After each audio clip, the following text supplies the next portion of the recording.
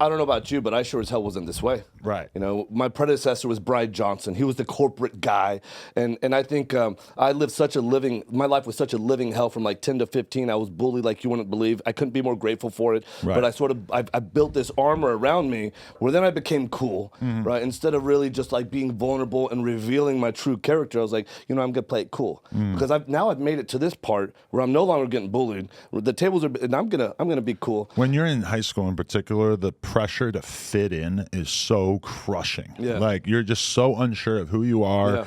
and there's just this intense pressure. There's a lot of bullying. There's just like there's forces from all sides kind of trying to get you to conform, and that's And people do, and then they stand Right. in line, Yeah. and then guess what? They never fucking change. We've domesticated ourselves, and we built these walls around our feelings, and guess what? Even when we put down the goddamn phone, we don't connect anymore. But if you let everything out and you're willing to be vulnerable and silly and stupid and retarded and live life and have a conversation with reckless abandon, we can go from 0 to 5,000 in 5 seconds. Right. And the connection that we're going to be able to have in 5 minutes is immeasurable. Right. And it's something that most people, and so this is what I hope to inspire with people, is like live life with reckless abandon. Figure out how to let your wild, primal, first version self out. This is the most primordial person, inside of you.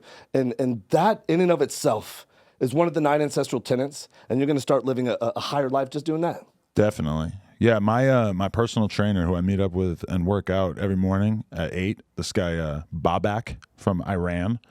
I always say Iraq. He gets pissed off. But for maybe 6 months now, we've been calling each other Primals. No way, really? Yes. And sort of, saying Liver King here, Liver Boys, Liver Queen, all the catchphrases, sort of integrating those into the workouts. So I love it. It's been kind of fascinating. His jaw dropped this morning when I said, I got to interview Liver King later.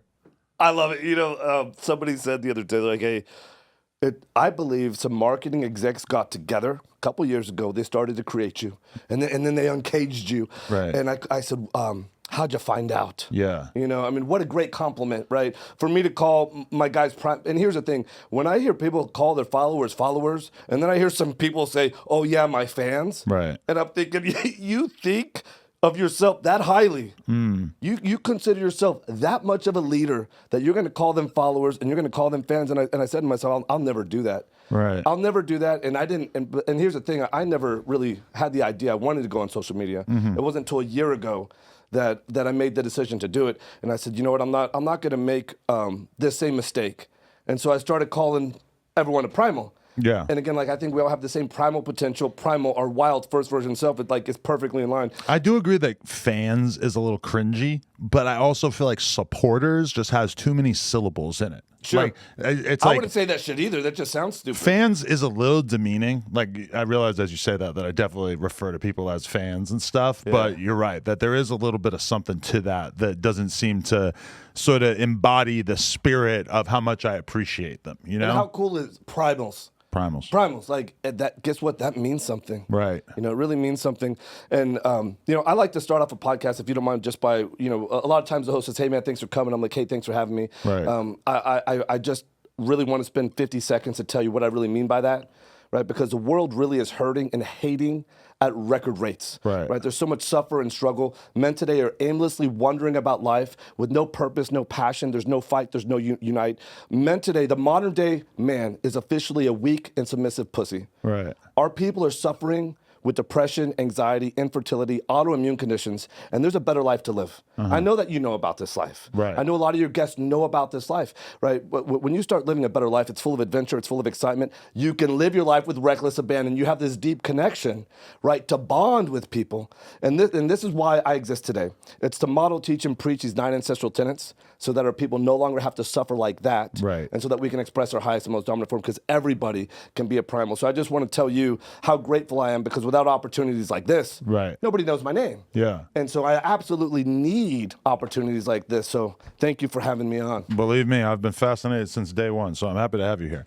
I feel like there's a lot of the things you talk about, I am like you're 100% all in on them. I am 15% all in, but I see what you're talking about. Okay, limiting your screen time, I think is very, very important. I'm in the situation of this being my business and really just taking in way too much screen time in terms of the phone and everything. But I do have a 2-year-old daughter, and that has been a massive reprieve from sort of constantly being glued to my phone and sort of realizing like there are a lot of precious moments unfolding in front of my eyes that I really need to, enjoy and treasure while they're happening. So I hear you talking about that, and I fully am on board with that. I hear you talking about how... I want to make a quick comment about the screen time is... when I talk about men today not having a purpose, a passion, a fight, a unite, I think men today are distracted just enough. Right. Even when they're taking a shit, they're doing that. I was talking to some guys on a podcast. They said, hey, what do you do when you take a shit? I was like, what do I do? I think. Right. I use my head.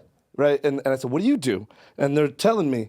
And I'm like, holy shit, I believe men are distracted just enough today where they haven't developed their own philosophies, their own principles, their own ideas. And if you don't do that, if you're distracted just enough, if you're sedated just enough, guess what? You don't know what you stand for. You have no purpose, no passion, no fight. Right. And so even if it's 15%, I was on the computer way more. Brian Johnson was before Liver King came out. And then life starts to happen. Oh, that's your government name. Okay. That's right. Right. All right. You're referring to your prior self. Yeah. Gotcha. So you're like, who's this other guy? I was just thinking for a second. I'm like, there's some fitness guy named Brian Johnson that I'm supposed to know yeah, about. that guy's I forgot. fucking dead okay. now. Liver King ate that guy, and he never came back. Right. But this is a great thing: is that when life starts to really happen, you start to figure out. I got this 2-year-old daughter, and I would not only do my obligations require that I connect with this, right? But you're way more fulfilled doing it, right? Because you know that you can do business and you can achieve at the highest level, but can you be fulfilled and do your job, your roles and goals as a dad, right? And so even being at 15%, you're going to ratchet that up to 20 and then 25, and you're cognizant of it. And I still spend time on the screen as well, right? I really minimize my. I would say I probably spend 2 hours of screen time a day. But okay, the thing about the screen time, you have to think about what the screen time is replacing, because in every generation prior to this, you running the businesses that you are currently running would probably have required you to be in a fucking corporate office building in New York City or Los Angeles 8 hours a day. Yeah. So I mean, really, like doing 2 hours of screen time or being able to take meetings over Zoom or FaceTime or whatever, it's kind of a fucking gift in comparison to what you would have to submit to in order to be successful in prior generations, right? I still am really old school. When building my companies, there was never going to be any virtual company. I meet, when I was CEOing companies, every single day we have an in-person meeting. And then every single day, some executive, somebody would say, hey, we're meeting too much. And I would say, really, you think we're meeting too much? What's the most important thing in the business? You tell me. And I'll get 5 or 6 different answers. It's the culture, it's the chemistry, it's the electricity. If I can say what my why is in the world, because people are hurting, they're living a life of hurt, hate, suffer, and struggle. Their life fucking sucks. There's a better goddamn life to live. You know about this. My kids couldn't breathe. They would have to take ambulance trips to the hospital. This is my why in the world. Right? When we figured this out, my kids started kicking ass in life. When we started applying these philosophies ourselves, we started to, this is when the light bulb came on. I'm like, I'm never going back to that. This is why I exist. And then I hire only true believers that have been through similar things. So I have this conversation. I'm like, this is the most important thing in a business. If you can create that culture, that kind of chemistry. And guess what? Sure, can you do that virtually? Of course. But so I still believe in this philosophy. And sure, it's a gift that now we can be connected like this, and you can have the best people on whatever continent. But you know what I believe? I think that the culture and the chemistry and in person, doing what we're doing right now is so important. Oh, I agree. Because so many people do podcasts over Zoom, basically. And to me, the energy of just sitting next to the person is such a gigantic part of it that I could not imagine myself giving up. How often do you do a Zoomcast? I did it a couple times during the early pandemic, hated it. There's been maybe a couple times where it was something so newsworthy that I had to do it just to get. Why did you hate it? I just don't like it's they're distracted, it's unfocused, you can't like talk over each other, like me and you sitting across from each other, it's like if I start a sentence and you start talking over me or whatever, like we can resolve that tension in the conversation very easily, whereas like over Zoom it's full of these awkward cringy moments of talking over each other. And I know a lot of like I'm a big poker player, and I watch a lot of poker podcasts that use Zoom, and it's so information based that it seems to work pretty well regardless. And I just feel like my podcast, if anything, is just very, very vibe based. And I need to be face to face with the person, or it's pointless. It feels pointless otherwise. This is what drives a business forward. And again, like when you hire a tribe of true believers, and you share this kind of energy, you reconnect with your why in the world. They will go to the edge of the earth for you. And so I think it's really important. And I think it's the juxtaposition. You know what it's like to do it right. You know, you said the vibe.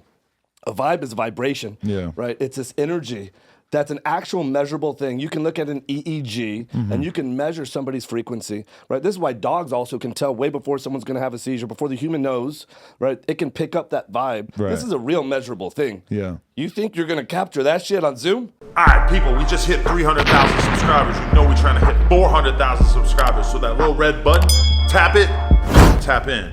Appreciate y'all.